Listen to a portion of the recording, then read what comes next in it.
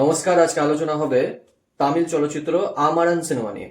তো আমারান সিনেমার কথা বলতে গিয়ে একটা কথা বলি যে আমারান চলচ্চিত্রটা হলো মুকুন্দ বরদরাজান, যে কাশ্মীরে পোস্টিং ছিল, রাজপুত রেজিমেন্টের একজন মেজর, তার জীবনী।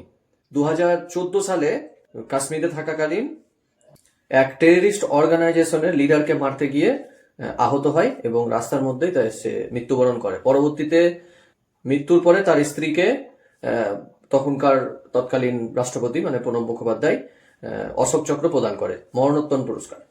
তো তারই জীবনী নিয়ে এই আমারান চলচ্চিত্র। তো আমারান চলচ্চিত্রের ক্ষেত্রে একটা কথা বলি যে যে পরিমাণ বর্তমানে দিওয়ালির পর থেকে এখন পর্যন্ত ভুলভুলাইয়া 3 আর সিঙ্গাম 3 নিয়ে যে হারে হাইপ উঠছে, এই চলচ্চিত্রটা একটু ঢাকা পড়ে যাচ্ছে। তো বেশ কিছু থিয়েটারও এই চলচ্চিত্র পায়নি। যেসব ছোট শহর আছে সেসবে একটা স্ক্রিনও বা একটা স্ক্রিন টাইমও পায়নি। হ্যাঁ, তো যার যার যার শহরে লোকালয়ে কাছাকাছিতে যেসব সিনেমা হলে এই আমারণ চলচ্চিত্রটা লেগেছে, আহ, তারা হচ্ছে চোখ বন্ধ করে চলচ্চিত্রটা দেখে আসতে পারে। মানে এত সুন্দরভাবে ডিজাইন করা। তো এবার হচ্ছে চলচ্চিত্রের ব্যাপারে একটু আসি। তো এটা হচ্ছে কামাল হাসানের প্রেজেন্ট করা চলচ্চিত্র, মানে কামাল হাসান প্রডিউসার বললেই চলে। আর আমারন চলচ্চিত্রে নায়ক চরিত্র হিসেবে অভিনয় করেছে হচ্ছে শিবা কার্তিক। শিবা কার্তিকের স্ক্রিপ্ট চয়েস সবসময় ভালো।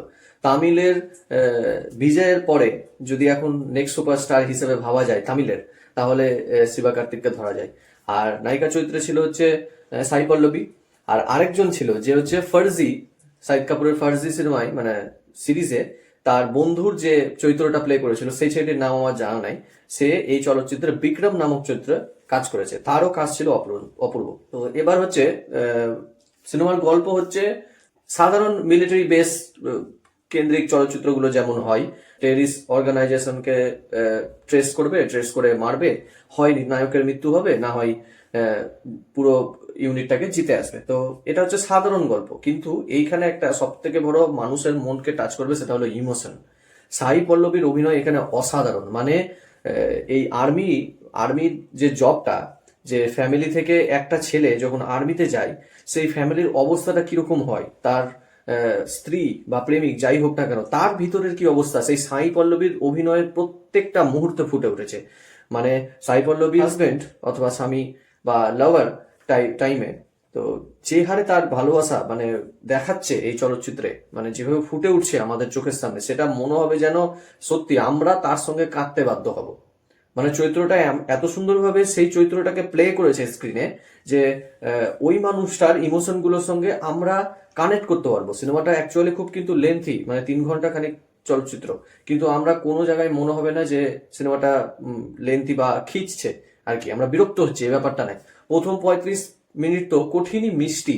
মানে কি বলবো, মানে যে ওদের প্রেমের সম্পর্কটা যখন বিল্ড আপ করছে দেখাচ্ছে চলচ্চিত্রে, সেইখানে হচ্ছে দারুণ, অসাধারণ। মানে ইউনিক কনসেপ্ট নয়, চিরাচরিত একই গল্প, কিন্তু তবুও কেন জানি না দুটো চরিত্রের সঙ্গে আমরা নিজেকে জুড়তে পারবো। এবার হাফ টাইমের পর থেকে হচ্ছে স্টোরি বিল্ড আপ করছে। মানে আসলে হচ্ছে কাশ্মীরে ওর পোস্টিং হওয়ার পর কি কি কর্মকাণ্ড তাকে করতে হবে, তারপর ওইখানে আর্মিদের মৃত্যুর পর ইমোশনালি টাচগুলো, যে সে যে ব্রুটালিটি গুলো দেখাচ্ছে, সেইখানে আমরা মানে হৃদয় বিদারক, মানে আমরা কষ্ট পাবো তাদেরকে দেখে। এই সিনেমাটা দেখার সময় আমার এই সীতারামন বলে যেটা দুলকার সালমানের চলচ্চিত্র আছে, সেটার কথা একটু একটু মনে পড়বে। আর শেষার কথা মনে পড়বে, শেষ অংশটা। কিন্তু এই নয় যে এদের সঙ্গে কানেক্টেড বা রিমেক বা সেখান থেকে কপি টু কপি বা সিন কোথাও থেকে উঠিছে, এরকম ব্যাপার নাই। প্লট লাইনটা একই ধরনের হতে গেলেও ইমোশনটা এই দুটো সিনেমার মতনই, কিন্তু এখানে আরো হচ্ছে মানুষকে কাঁদাবে। প্রত্যেকটা মুহূর্তে যেসব ইমোশন দৃশ্যগুলো আমাদের জন্য প্রেজেন্ট করা হয়েছে চলচ্চিত্রের মধ্যে, প্রতিটা আমরা কানেক্ট করতে পারবো। আর সাই পল্লবীর কথা বললাম, সাই পল্লবীর যে হাজবেন্ডের উপর প্রেম, বা যখন হাজবেন্ডের সঙ্গে কলেজ লাইফে যে লাভার ছিল দুজন দুজন, সেই সময়টা হচ্ছে যতটা আমরা মজা পাবো, প্লাস ইমোশনাল হব, প্লাস মানে আন্তরিকতা একটা ফিল আসবে অন্তর থেকে। তো এই ব্যাপারটা হচ্ছে খুব সুন্দরভাবে ডিজাইন করা হয়েছে। সত্যি এই মেকার্সরা এত সুন্দরভাবে প্রেজেন্ট করেছে। আর শিবা কার্তিকের কাজ আমার বরাবরই প্রভাবিত করে। পূর্বে ডক্টর বলে চলচ্চিত্র যেটা আছে নেলসনের, তো সেটাও হচ্ছে খুব সুন্দর। সেখান থেকে আমি শিবা কার্তিককে আমি চিনতে পারি আর কি। তারপরে তার মানে স্টোরি চয়েস গুলো খুব ভালো ভালো করছে। একটা চলচ্চিত্র আছে যেটা হচ্ছে খুব আমাদের টেলিভিশনে দিয়ে থাকে, সেটা হলো রেমো। সেখানেও অভিনয় কিন্তু দারুণ ছিল। শিবা কার্তিক এই মুকুন্দ বরদরাজানের চরিত্রটাতে একদম ফিট হয়েছে, যেন স্টাডি করা চরিত্র। আর অ্যাকশন সিকোয়েন্স গুলো খুব সুন্দর ছিল, ভালো ডিজাইন করা, অরিজিনাল মনে হবে, কোনো ফেক বা গ্রিন স্ক্রিনের ব্যবহার নাই এরকম মনে হবে, খুব সুন্দর। এখানে ওইভাবে ভিলন কেন্দ্রিক তো চলচ্চিত্র না, সেটা হচ্ছে দেশকে নিয়ে। এবার হচ্ছে মানুষের মনে এই দেশপ্রেমটা কিরকম ইম্প্যাক্ট ফেলবে এই চলচ্চিত্রটা দেখে বোঝা যাবে। মানে আমরা আহ, মানে হয় না যে একটা দেশপ্রেম কেন্দ্রিক চলচ্চিত্রগুলো যেগুলো এগোয়, সেগুলোর প্লট পয়েন্টে কিন্তু আমাদের দেশ প্রেমটাকে বোঝায়। মানে আমরা কতটা এই চলচ্চিত্রটা দেখে দেশের প্রতি আমাদের অন্তর থেকে কতটা প্রেম জেগে উঠছে সেটাই দেখার। কিন্তু এইখানে সেটার সঙ্গে সঙ্গেও আর্মিদের জীবনের কষ্টটাও আমরা ফিল করতে পারবো।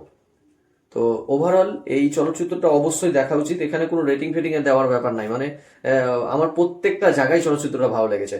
নিকটবর্তী যাদের পশ্চিমবঙ্গের মধ্যে যেসব জায়গাতে ছোট ছোট হলগুলোতে যদি লেগে থাকে, তাহলে একবার হলেও আমারান চলচ্চিত্র দেখা উচিত। আর যেহেতু এটা বায়োপিক, ওই জন্য একটা হিস্টোরিক্যাল ব্যাপারও আছে, জানাও যাবে অনেক কিছু। তো ওভারঅল চলচ্চিত্রটা একবার সবাই যেন দেখে, এটুকুই।